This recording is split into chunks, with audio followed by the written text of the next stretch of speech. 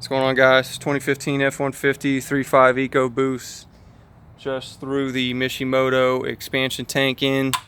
I don't usually buy parts for my truck that don't enhance performance or economy, but this I think was a must to clean up this engine bay. Definitely looks a lot better than the A crate.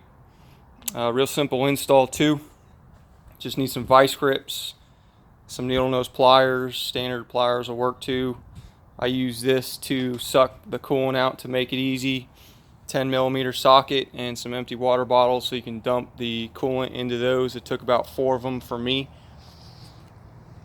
You're going to just unbolt it here and unbolt it there. Pull your hoses back, get these clamps off, pull your hoses back, and there it is, that orange 90 right there. It's just got a spring clamp that you can pop out with your, once you lift this tank out of your way, you can access it.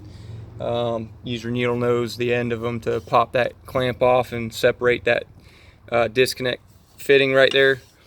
And you'll need those vice grips to just clamp the hose down there. I recommend wrapping your vice grips in some kind of cloth or something so the teeth don't really bite into the hose. But just clamp that hose while you're doing this. Pull the old one out, put the new one in, reconnect everything, bolt it down. Everything still works. If you got a catch can here, clearance issues, I don't have any, everything works fine. And then just fill it up. I had to add a little bit more. I think this tank holds more than the OEM. They say just fill it up till about halfway. You see it on the sight glass there. So a real simple install, took me about 15 minutes, and looks really good in the engine bay there. So I picked this up for a pre-order price. I think it was like $300 or something.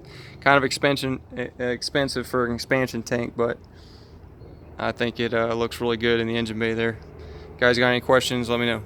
Thanks.